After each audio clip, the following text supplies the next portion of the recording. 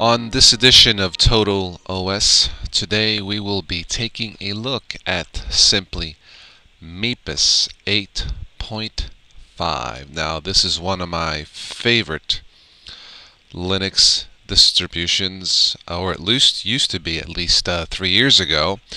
It was at the time very easy to install, simple to use, and if you were a Windows user wanting to migrate from Windows to something that looked like Windows, SimplyMepis was it. So does it still hold up? Well, we are going to find out. I am running SimplyMepis right now inside a virtual machine, and I've just come up to the boot up screen here, so I'm going to let it boot up to show you what it looks like, and then we are going to try install it and see what happens.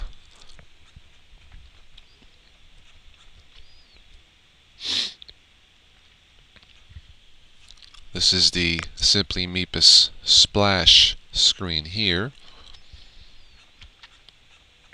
blue themed.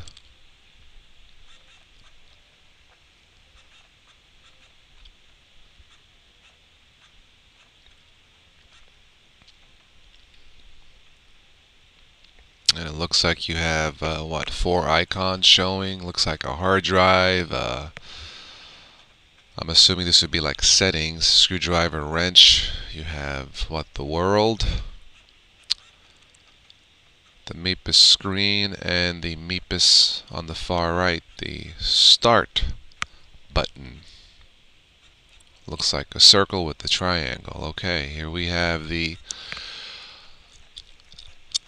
desktop screen. I will probably be doing this in 2 parts.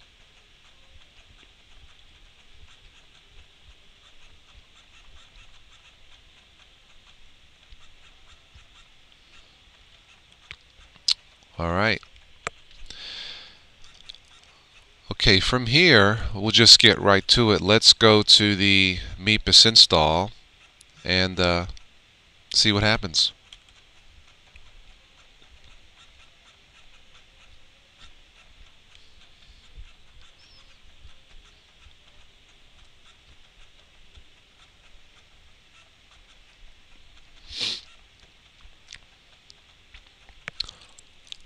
I am running this machine with about 1 gigabyte of RAM.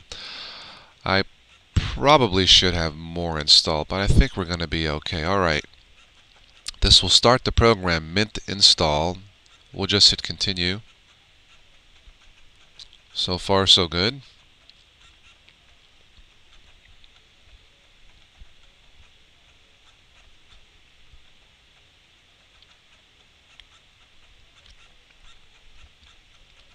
And if all goes correct, the mint install screen should boot up very shortly. Okay, well, let me type in the password, which is root.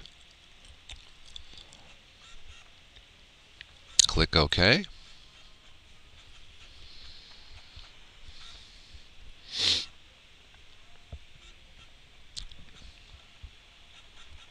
Mepis install. Alright, we shall agree to the terms of use. Click Next. And for this, I will click 1A, choose disk for installation. Use disk. I don't want to modify anything. And 1C says auto install using entire disk. Click Next. OK to format and use the entire disk. Click Yes. And you can see at the top, installation in progress, creating required partitions, formatting swap partition. So far, so good. It says here on the left, installation in progress. For a fresh install, this will probably take 5 to 20 minutes. depending on the speed of your system and the size of any partitions you are formatting.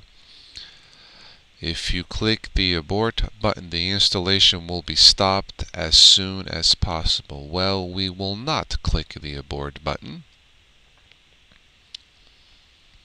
Tips getting started. To help you get started using MEPIS, the community has written a manual which can be read by clicking the MEPIS manual shortcut on the desktop. Well, that's nice. There are bookmarks in the web browsers that link to MEPIS. Okay. Well, this thing is zipping pretty quick, as you can see. Installation in progress, already 21%. Repairing your installation. If MEPIS stops working from the hard drive, sometimes it's possible to fix the problem by booting from CD and running one of MEPIS assistants to repair the system. You can also use your MEPIS CD to recover data from MS Windows systems. Very good. 23%. So far, so good.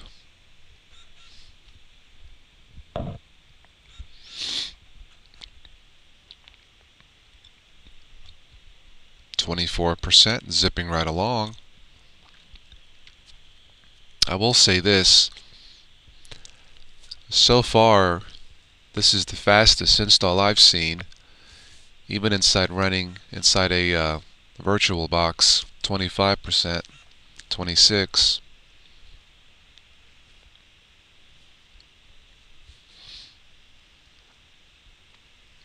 Very nice. 27%. And it says here, my laptop battery is low. You know what? I'm glad that came up. You should do these installations with a fully charged battery if you're doing it on a laptop. Better still, plug it in, which is what I am going to do right now. I should have done that from the beginning, so shame on me. Alright, let me just plug it in here. Alright, it just beeped. It's plugged in, so we're okay. Alright, 28%. So far, so good.